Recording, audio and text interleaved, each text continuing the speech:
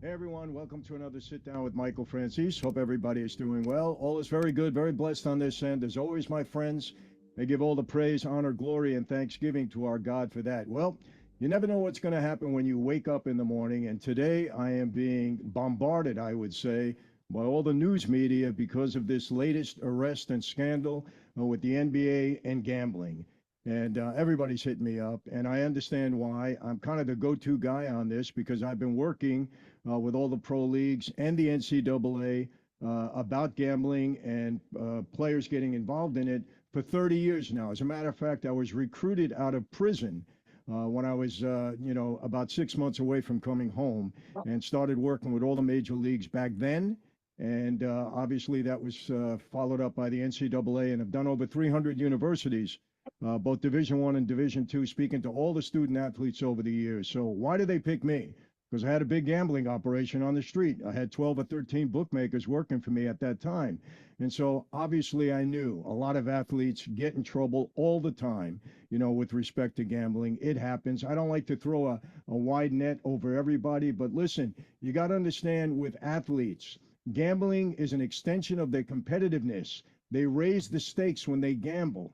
And this is what happens. Many of them get in trouble, whether they be in pros or in college, but it's been happening and it will continue to happen. Now, four of the five New York families were involved in this investigation. It just broke this morning. And, oddly enough, the Colombos, my former associates, my former family, they weren't involved. So either they were smart and didn't get themselves in trouble, or somehow they're missing the boat. I don't know what it is. But let's get into this a little bit. And let me make you understand this, people. It's always going to continue. I did a media deal this morning, and they said to me, Michael, we haven't heard much about organized crime, ever since the Gotti days. We haven't heard much. You don't hear that much. Let me tell you something. They got smart. They're working undercover now. It's not the same as it was in my lifetime. No doubt about that. But they're not going away. And I've said this many times. They're not going away in my lifetime. They're very resourceful, and gambling will always be a major business of Cosa Nostra. That's just how it is. It's very attractive. It's very lucrative. Guys love to gamble, and they love to make money by gambling. So yes, they're going to continue. Are the sports leagues going to be targeted? Of course, because they know athletes are easy prey in many, many cases. I'm sorry, they used to come to me, my bookmakers, and tell me things, which I'll get into a little bit. Athletes are easy prey. They get themselves in trouble. They owe a debt, and they got to do whatever they got to do to get out of it. Sometimes we have to intimidate them. Sometimes they just play along with us, whatever. But it happens, and it's not going to stop happening. Why? Because today, athletes have more access to gambling than they did in my day. Back in my day, you had to go to a bookmaker. You had to go to Vegas, maybe Atlantic City. Today, no. Today you can gamble anywhere. So what happens? When they gamble legally and they lose their money legally, what do then? They try to make it up somewhere. They turn to a bookmaker. They have relationships on the street that say, I know how to get you out of this. Don't worry about it. And they do what Chauncey Billups does, and a few of the other guys. And this is a widespread net that they seem to have pulled out over here. I'm going to read you an article so you know exactly what I'm talking about for those of you that that aren't aware of this yet today, but you will be because it's big news. And I'll go through it, and then we can talk about it. I'll give you my comments. Portland Trailblazers head coach Chauncey Billups, big name, great player, amazing. And Miami Heat guard Terry Rozier, current player, and former NBA guard coach Damon Jones were among 34 individuals arrested Thursday in a federal FBI operation. These are big names, people. The arrests were part of an FBI-led investigation involving multiple agencies and the NYPD targeting La Cosa Nostra crime families. I don't know if we were the target at this point. Listen, it's so hard to get away with something today because especially when you have a lot of people involved, somebody's going to mess up. Somebody's going to become an informant. Somebody's going to start to work with, the investigators. You can't get away with this for too long. Now, some of you may say, well, Michael, they might have made millions of dollars already. True. And maybe if they're going to do a couple of years in jail, they'll figure, hey, it's worth it. I'm set up when I come home. You know, there's a lot of different schools of thought on this, but you're never going to get away with it forever. Very, very difficult, especially when you got high profile players, because honestly, they're not all that smart. They don't know the ways of the street. They're not all that smart. They're going to get themselves jammed up. Okay. All three face charges of conspiracy to commit wire fraud and conspiracy to commit money laundering. Interesting. We'll get into that. The investigation included two coordinated operations, Operation Zen Diagram and Operation Nothing But Net.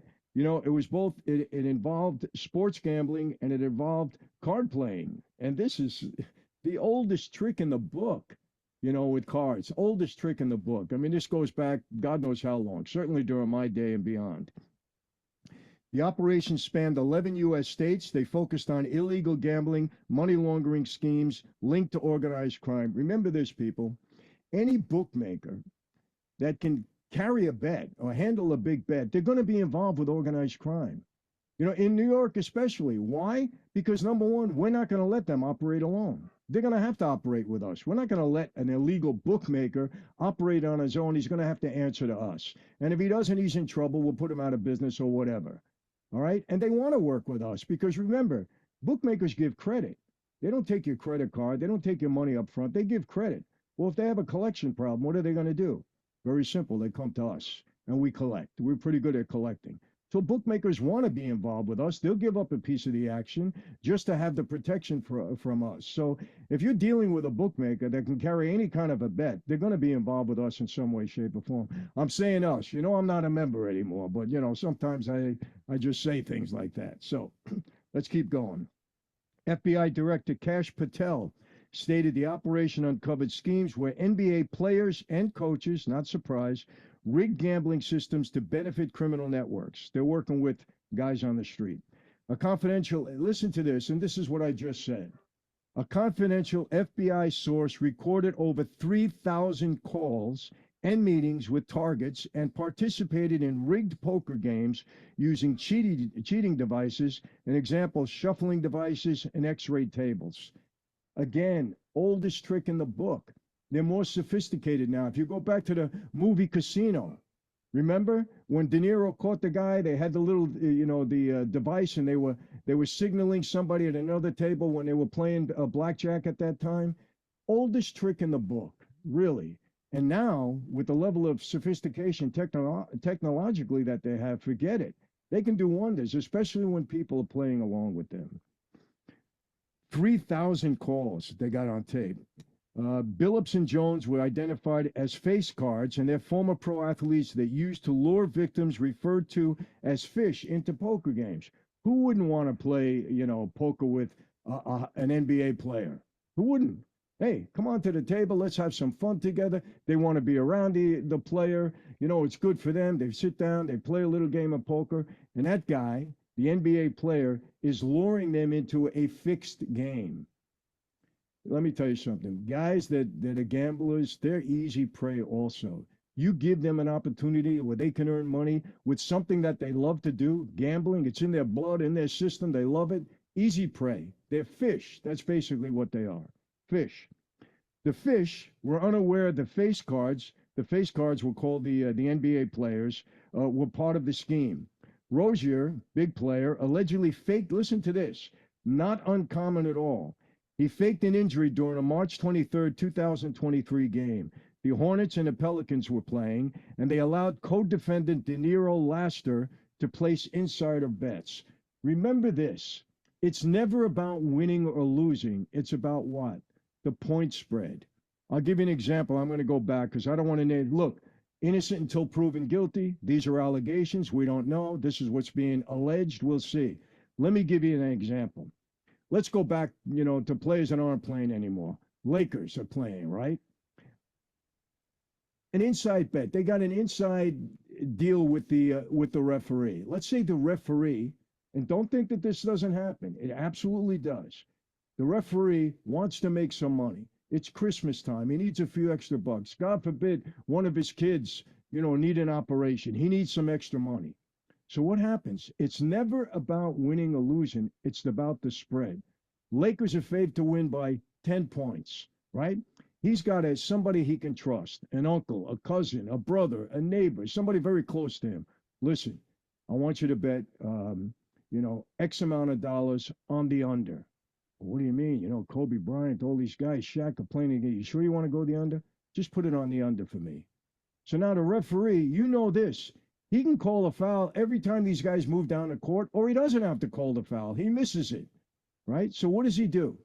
He gets Kobe, he gives him an extra foul or two, and he puts him on the bench for extra time. Limits the possibility of the game going to the over. If he does this a few times, he's going to make some money. He may not score in the first game, but over a period of time, he's going to make some money. It's very easy to manipulate an NBA game. He just did it. He told his friend, I'm going to go out on an injury. Bet the under. That's what he does. They make it. Very, very simple. I have experience with this, people. I'm not going to get into particulars now. It's a long time ago, but I have experience. Why do you think we want, to play? Why do you think I got involved with Norby Walters? Norby Walters, remember that? He was representing all the college athletes to go into the pros. I gave him 250 grand. Why? I wanted to get close to the players because I knew if I get one or two players working with me, I'm going to make a ton of money.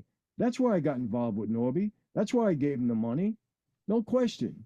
And Norby later on was threatening players when I went to prison. I never got back my 250 grand, never paid me back, well, because I went to jail after that. And I didn't have a chance to get close to the players back then. Bad circumstances for me. But why do you think I got involved with them? You get one of these players, forget it. You can make a ton of money. And that's what happened here. So don't be surprised. Rozier allegedly faked the injury, went through that. Defendants allegedly received non-public NBA injury and player participation information to place fraudulent prop bets. Okay. You're supposed to report when a player is injured. You got to report it. This is part of the game, so people know. But what if you don't report it and people get that information? They know, hey, this player, again, Kobe Bryant, he's not at full steam today.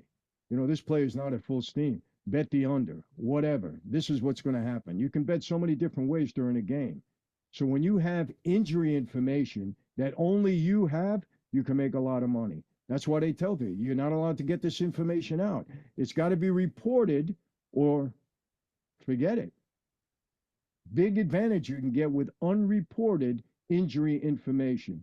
Really help you win a bet, no question, or a series of bets.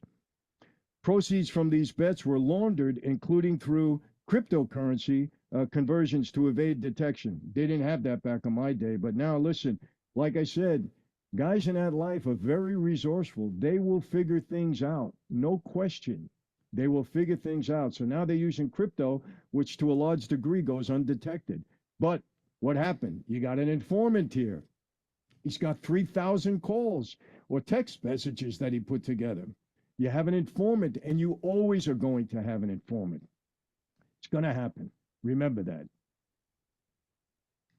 Links to prior NBA betting scandals. The indictment references former Toronto Raptors player Jontay Porter, previously banned for life and who pleaded guilty to conspiracy to commit wire fraud.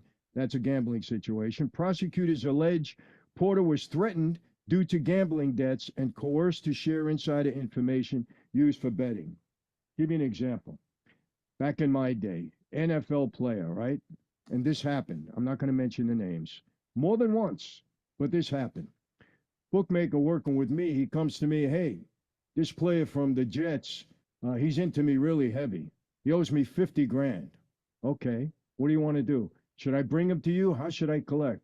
50 grand. Let him get into you for 250 grand, 300 grand. What are you doing? You're writing an entry on a piece of paper. It's not costing you a penny. He's a bad gambler. Let him get into you heavy and then bring him to me. Boom. Before you know it, he's into me $250,000, $300,000, right? I bring him to me. Sit down. Hey, how you doing? Good. You owe me a lot of money. Oh, you didn't know it was me? Sorry, yeah, we don't always put that out there. But it's me. You owe me a lot of money. How are you going to pay? You got to pay. You got to figure it out. I'll tell you what. You know what? I love your team. I like the way you play. I'm going to give you a break. You owe me $250,000, right? You don't have to pay me right away. You pay me 2% a week in cash. When do you get paid? Every Monday you be here with the cash. Don't miss. Don't miss.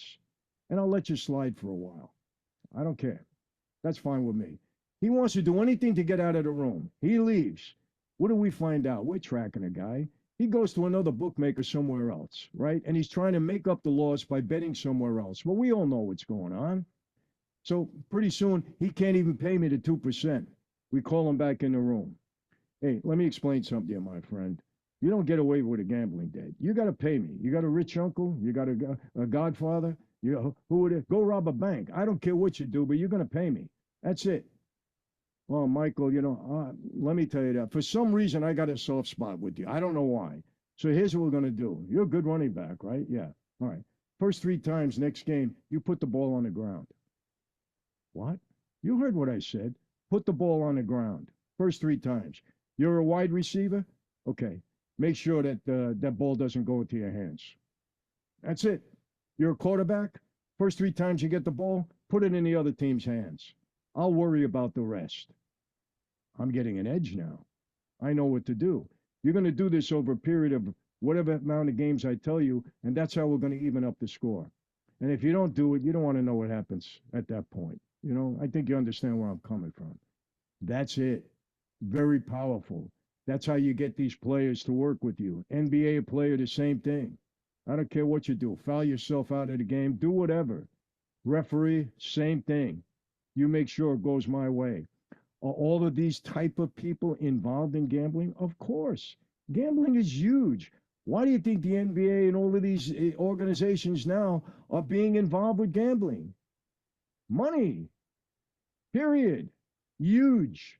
The more access you give players, the more trouble they're going to get in. Bottom line, that's it. And I've been saying this for 30 years when they were trying to legalize gambling. I said, listen, the more access you give, the more trouble you're going to have. Period. The more trouble players are going to get into because you're playing into their weakness. Gambling is an extension of their competitiveness. And guys that make big money lose big money. If you're making millions of dollars a year, it doesn't feel good to lose $100. That's nothing. You spend $100, you tip the waiter for $100. You're going to bet big because you want to win big, and as a result, you're going to lose big. That's the bottom line. So the leagues, honestly, they're not helping themselves. I can tell you that. All right, let me continue with this.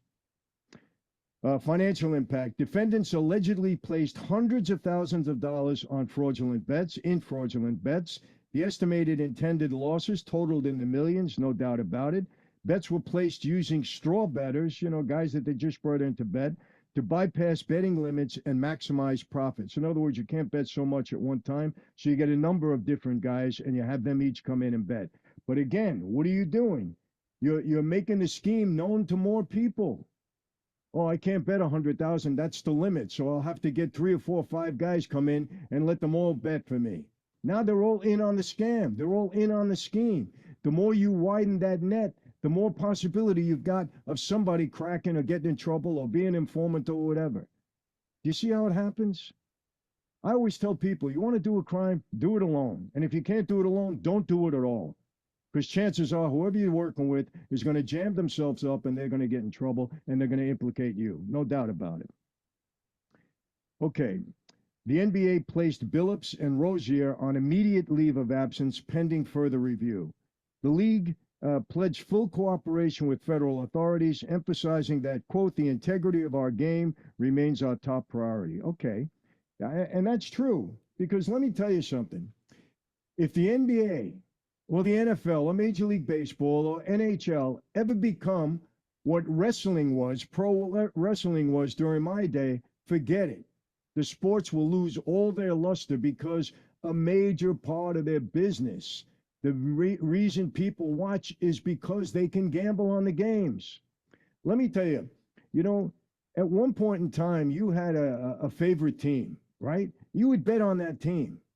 But now you can bet on every team on a Sunday, on a Thursday, on a Monday in the NFL. You can bet on every Major League Baseball game. It doesn't matter who your favorite team is. You're betting on everything because you're a gambler. You want to make money. So, of course, they bring more interest into the sport. more interest by allowing gambling on the sports. They just don't want the players to get jammed up, right? Of course. Because then it makes it what professional wrestling was, which was a big scam. It was only entertaining. It wasn't real many, many years ago. You don't want that. You don't want that. When players get involved, you got trouble. But when everybody else get involved and you're saying the players can't get involved, well, you're opening yourself up for a mess. And here's what the result of it is. And is it going to end with this investigation? Of course not. It'll continue. U.S. Attorney Joseph Nocella declared that those involved, quote, violated the law and their luck has just run out. Oh, that's a good one. NYPD Commissioner Jessica Tisch confirmed Rozier's intentional injury deception and coordination with co-conspirators. You know, Rozier's attorney, I'm not going to read this, was mad because they didn't allow him to surrender. They made him do the perp walk. Hey, welcome to the real world. You think these agencies don't want to get publicity? Of course they do. Why do you think they came after Cosa Nostra? Because we made headlines for them. They're not going to hide it. They're not going to not put it out in the media. They want people to know. Why do you think it's been all over the media this morning? Because this is a feather in their cap. This is how they get promotions. Why do you think they worked against us so much? Because we made headlines. You lock up John Gotti, big deal. You lock up Sonny Franzese, big deal. Al Capone, Lucky Luke, big deal. You get promoted. So of course, it's naive. You lock up an NBA player. I'm sorry, it's big news. You got to expect that. They're not going to let you backdoor it. I'm surprised at this attorney coming out and what do you expect? He should know better. Chauncey Billups was arrested following the illegal poker takedown. The alleged illegal bets covered games involving the Charlotte Hornets, the Portland Trail Blazers, the Los Angeles Lakers, and the Toronto Raptors. Interesting. Both the Trailblazers and Heat confirmed cooperation with the investigators. Rozier did not play in the Heat's most recent game. Billups had coached the Trailblazers the night before his arrest. People, this is a big deal. It's not news to me at all. What is news to me is that there was two separate incidents here. Number one, you got a player basically throwing a game because he faked an injury, got out of the game, and let his co-conspirator or accomplice know it, so they put a bet on the under, and they won some money. Who knows how many times it happened? But they're showing one incident that it did happen. How did they find out it happened? Very simple. Somebody told them. Very simple. There you go. Either that or they picked it up on a call, that it was tapped or bugged or a text. Who knows? Again, you spread that net wide, you get more people involved, you have more chance of getting in trouble, and eventually it's going to happen. What the other part of this is that they enlisted the players to bring legitimate poker players, into a game that was rigged. And they all knew it. So you got 5 guys sitting at the table. 4 of them know what's going on. The one fish who they're gambling, and they make sure he can gamble heavy. They're the ones, and they got these technical devices. They even had, they knew how to fix the cards. They were card counting. Technical machines that can card count, so you know what cards are coming out. Unbelievable. Big scheme. And it's going to continue, trust me. This bust will not stop it because gamblers are desperate. They get themselves in trouble. They need to find a way out. Yes, they gravitate to people on the street. No question about it. Because why? Because we can handle the operation. We make them understand we're never going to tell on you. We're going to help you. We're going to protect you. But really, they're just in it for the money. And then a situation like this happens. So, look, it's brought out in public now. It's no surprise to me. This has been going on throughout my lifetime and well before. Organized crime is never going to get out of the business of gambling. Too lucrative. They know it too well, and they love it too much. You know, so many guys on the street themselves were degenerate gamblers. There's guys right now that you know of, okay, that are degenerate gamblers and are continuing to gamble right now. I'm not going to mention names, but you know. It's just how it goes. So, you know what? It's sad for the people involved. Who knows how serious it's going to be, you know. I mean, they're indicted. They're going to get charged. We'll see if they get found guilty, what kind of time they're going to get. But this has got a long way to go yet. So look, my advice to all of you out there, take it from me. I was once a perpetrator in this. I didn't have a gambling problem myself, but I preyed on people through my bookmakers. Many of them were athletes that had gambling issues, and we were able to use that to our advantage and to their disadvantage. Because really, they don't get out of the hole. A gambler is going to continue gambling. And I want to make sure you understand what I said about Michael Jordan. He doesn't have a gambling problem. He's got a competition problem. Why is it not a problem for him? Because the guy is so wealthy. He's got such a revenue stream. Gambling is entertainment for him, and he's never going to put himself, I don't believe, I mean, he's an elderly gentleman right now. He's never going to put himself in a position where he can't pay his mortgage, he loses his cars, whatever. Michael Jordan's not going to be broke. So if he wants to gamble, that's up to him. If you can gamble, don't get yourself in trouble. Don't get involved in schemes like this. Don't let anybody make a sucker out of you by putting yourself in a hole, and then you got to go to somebody to get out of it, and they're going to use you to their advantage because that's what guys on the streets do. Then this is a warning to all of you. It should really be a warning. On the pro level, on the college level, stay away from it. It's what I've been preaching for the past 30 years, ever since they recruited me out of prison to work with the NBA, Major League Baseball. Guys that I knew, the head of security back then for the NBA, Horace Balmer, a good guy. He used me with the NBA. We saved a lot of players, I believe. Kevin Hallinan, great guy. Major League Baseball, head of security. We spoke at every Major League Baseball spring training camp. We spoke to all the minors. We let them understand how they can get in trouble. So we've been preaching this message for 30 years. The NCAA, they jumped on board with me in 1998, over 300 universities. And in this past year alone, I've done a couple. I'm not going to mention. You know, it's not for publication, but I've done a couple. And the student athletes listen. They pay attention. And I want to tell you this. This has never failed. I've done over 300 Division I and Division II universities. When I leave the university, you know what I tell the student athletes? You got a problem, email me. I give my email address. I don't work for the NCAA. I don't answer to them. I don't answer to your coach. I don't answer to the school. I want to help you. I want to help you if you got a problem. It'll be confidential. I give you my word. It has never failed yet. Over 300 schools. By the time I get back to my hotel room, I got emails from student athletes that are struggling with a gambling situation. Sometimes they don't want to say it's them. It's a friend. It's my brother. It's my cousin. I get it. And have I helped them? Yeah. Will I ever disclose it? No. I gave my word. Absolutely not. You know, but look, let this be a wake-up call and a lesson to all of you out there, whoever is listening. I got hit up this morning by all the media outlets on this because they know I have the, the experience and the expertise in this regard. Got to stay away from it, people. Don't jeopardize your standing in a sport by letting some guy take advantage of you. Gamblers are desperate. They're looking for an edge. They're looking for any way that they can to make money. So don't put yourself in that position. Don't be a fish. Don't be a player that could be used because you're going to put yourself in trouble. That's it for today. I'm sure you'll hear more of me a little bit later on. We're doing a couple other shows because I want to bring this to people's attention. I don't want these athletes to get in trouble. I don't want to see the sports besmirched over this. I don't. You know, we love sports. We love competition. We love to watch it. They're entertaining. They're great. They're part of our life. We don't want to see these things happen. So I'll do my best, to make people aware of it and help out in any way I can, like I have been doing for the past 30 years. That's it for today, my friends. How do I always leave you? Same way. Be safe, be healthy. God bless each and every one of you, families, friends, neighborhoods, and God bless America. And one last thing, Franzese wine. Don't gamble. You can drink wine every once in a while. Don't get bad. But our wine, you guys have been supporting it in a big way, and I really appreciate it. FranzeseWine.com, or in many, many markets across the country, Costco, Walmart, every place you can get it now. But thank you for enjoying it so much and helping us build really a great business with our wine. People are loving it, and the price is right. Take care, everybody. Talk to you next time.